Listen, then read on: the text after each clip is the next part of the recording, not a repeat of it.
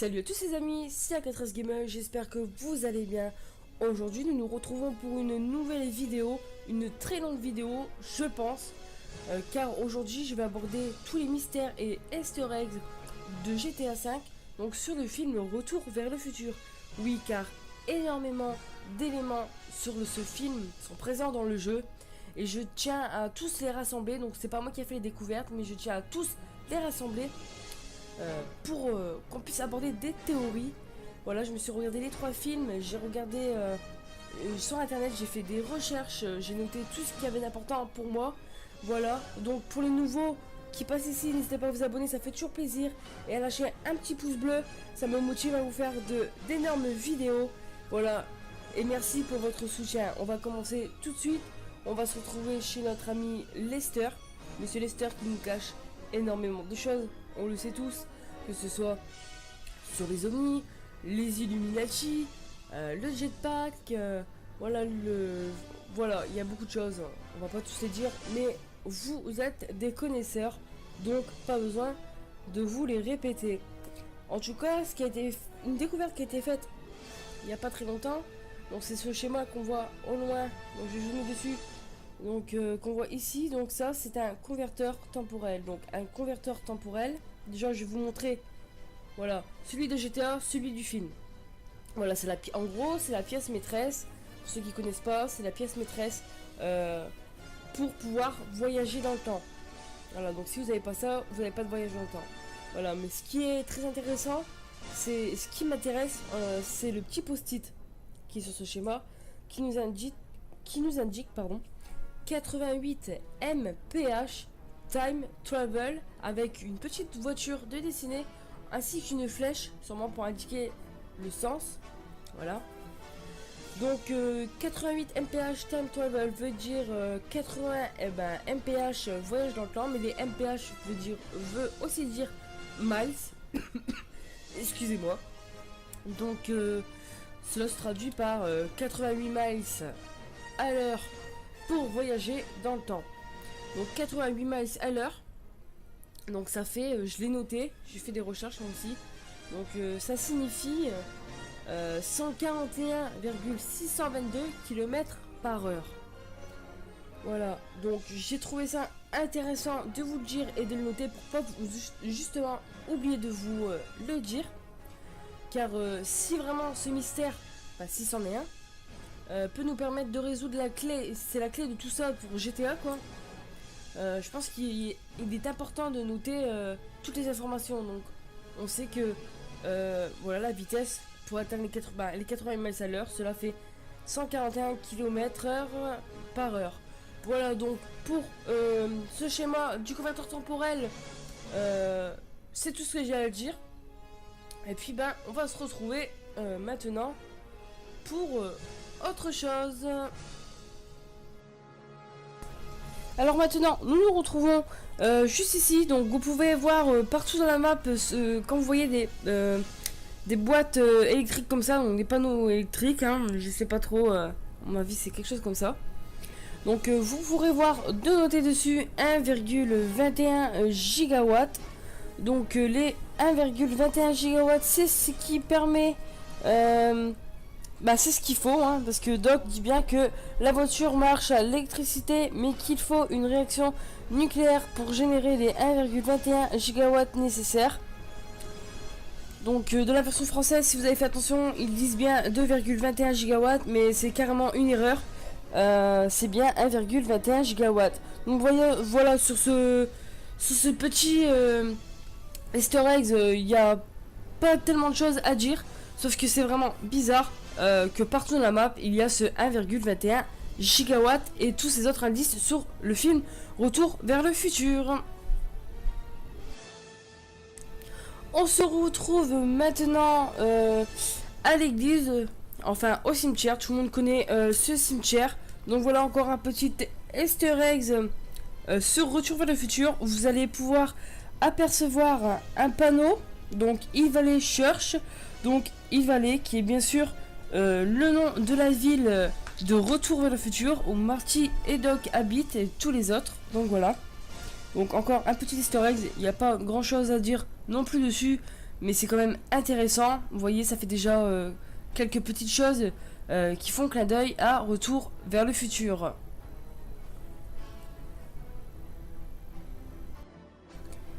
Donc maintenant nous nous retrouvons derrière l'usine à poulet, tout en haut à gauche de la map, donc je me souviens plus de la ville, donc veuillez m'excuser de ne pas l'avoir noté.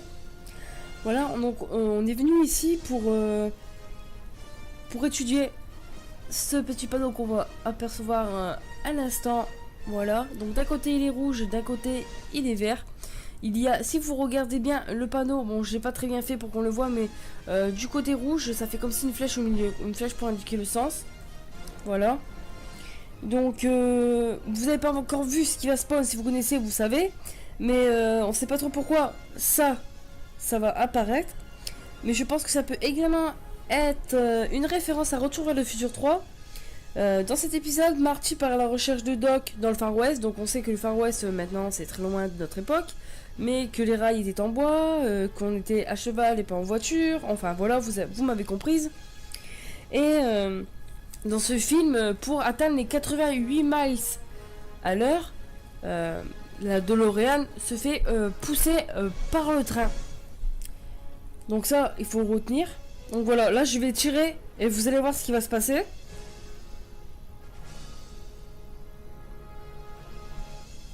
Regardez bien, pour ceux qui ne connaissent pas. Voilà, 2 vieux rails en bois. On ne sait pas ce qu'ils viennent faire là, pourquoi ils sont là.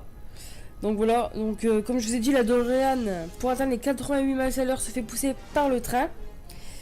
Et à la fin, Doc ne repart plus en DeLorean pour voyager dans le temps, mais en train. Donc, je sais pas trop si c'est un rapport avec le retour vers le futur. Mais bon, on peut tout prendre en compte, voilà, parce que c'est vraiment bizarre. Voilà, donc pour ce point, pour ma part, j'ai plus rien à dire. Et puis on se retrouve pour la suite.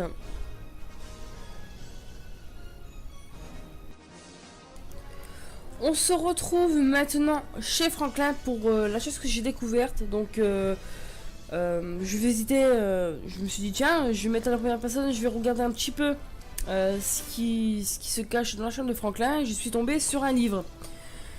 Donc ce livre, il fait référence à Retour vers le futur 2. Donc là où Doc et Marty partent en 2015 pour empêcher Marty Junior, donc le fils de Marty, de foutre sa vie en l'air. En gros, il compte faire un braquage avec Biff. Donc Biff, tout le monde connaît Biff si vous connaissez Retour vers le futur. Voilà, donc ce livre, c'est l'almanach des sports. Il est posé calmement sur l'étagère de Franklin. Voilà, donc je vais zoomer dessus, on va mieux le voir. Voilà, donc ce livre est acheté par Marty lors de son voyage en 2015. Puisque lui vient de l'année 1900, il vient de 1985 à ce moment-là, il est en 2015. Il décide donc d'acheter le livre qui répertorie tous les résultats de sport de 1950 à 2000. Donc en gros, il veut devenir riche, enfin, se gagner de l'argent, quoi, grâce à ça. Doc est pas d'accord, donc il fait tout un speech. Malheureusement, Biff est caché pas loin. Donc il entend tout ce qui se passe, il comprend vite que Doc a créé une machine à voyager dans le temps. Donc il s'empresse de les suivre et dès que possible, il monte en voiture, traverse le voyage dans le temps pour aller donner cet almanach des sports à lui plus jeune. Et puis forcément quand Doc et Marty reviennent dans l'année initiale d'où ils viennent, tout a changé. Biff, la ville est à Biff, enfin voilà. Voilà, donc je pense que je pense que c'est bizarre. On va en parler dans la théorie après, parce que j'ai cherché partout où on peut voir des livres, des étagères, partout dans le jeu, et c'est le seul endroit où je l'ai trouvé. Donc le livre est chez Franklin et nulle part ailleurs. Voilà, donc on va se retrouver maintenant pour aborder une petite théorie. On se retrouve donc maintenant pour aborder une petite théorie. Donc je tiens à préciser que ce qui va suivre et que ce que je vais expliquer, c'est ma théorie. Donc en aucun cas c'est la vérité et ça existe vraiment dans le jeu. Donc c'est juste une théorie qui est sûrement possible ou alors que ça n'existe pas du tout. Et c'est juste un méga easter egg sur le film. Voilà, c'est tout, juste quelques clins d'œil par-ci par-là. Donc pour commencer, on va faire un petit récapitulatif de tout ce qu'on a sur ce film. Donc bah forcément les différents indices. Donc nous avons les panneaux électriques, les gigawatts, les panneaux de l'église, où il valait le nom de la ville de Retour vers le futur est indiqué, le schéma du converteur temporel chez Lester et aussi l'almanach des sports chez Franklin. Donc on a aussi la Space Docker. Donc Franklin est le seul à posséder la Space Docker ainsi que l'almanach des sports. Donc pourquoi pas la Space Docker servirait, ce serait notre véhicule pour voyager dans le temps. On ne sait pas, hein, tout est possible. J'ai cherché donc chez Trevor et Michael et je n'ai trouvé nulle part l'almanach des sports chez eux. Voilà, donc on sait aussi que notre ami Lester nous cache beaucoup de choses, hein, le Bigfoot, les ovnis, le jetpack, mais il y a aussi le schéma du converteur temporel avec ses chiffres, donc 88 mph, 88 miles à l'heure, qui fait 141,622 km/h, voilà. Donc ça c'est nécessaire pour permettre le voyage dans le temps, donc dans le film bien sûr. Ensuite, il dit que cela marche à l'électricité, qu'il faut une réaction nucléaire pour générer les 1,1 gigawatts ou alors la foudre. Donc la foudre, on sait tous que la foudre elle est présente dans GTA, hein, bien sûr, l'orage. Donc ça c'est pas mystère, hein, tout le monde le sait. Ensuite j'ai regardé les films avant de faire tout ça, hein, je les connais déjà mais je les ai regardés encore une fois pour voir ce que je pouvais noter d'intéressant. Et on sait que dans les films, la foudre tombe un samedi à 22h04 sur l'hôtel de ville. Donc imaginez, on sait que GTA joue beaucoup avec les jours, l'heure, des endroits précis, tout ce qui s'ensuit. Donc pourquoi pas imaginer qu'avec la Space Docker, quand il fait de l'orage dans GTA, un samedi soir à 22h04, parce que si tout ça fait rapport au film, je pense que c'est important de noter l'heure et où la foudre tombe. Bah, je pense pas que la foudre va tomber dans l'hôtel de ville sur GTA, je pense pas du tout. Mais imaginez la théorie où à un certain endroit de la map, on devrait s'y rendre le samedi à 22h04 pour que la foudre frappe la voiture ou quelque chose d'autre, pour qu'on puisse voyager dans le temps, ou alors peut-être pas dans le temps mais voyager quelque part, peut-être pour rejoindre Omega, vu qu'il nous dit qu'on se reverra bientôt dans une autre galaxie.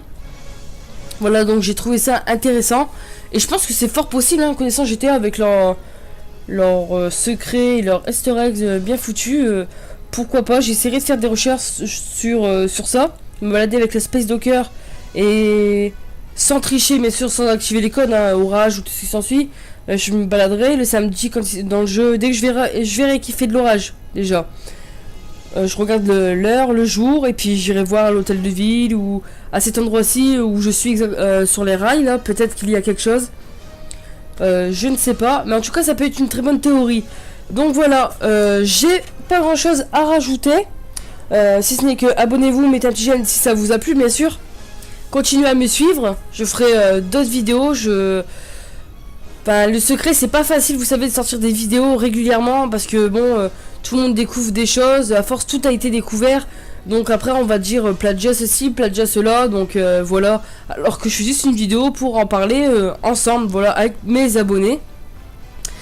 Et comme je sais que beaucoup de personnes aiment le mystère, bah, j'aimerais bien continuer pour faire plaisir à ces personnes. Voilà, donc j'espère vraiment que ça vous a plu. N'hésitez pas à me le dire en commentaire. Et moi je vous dis à la prochaine les potos, ciao.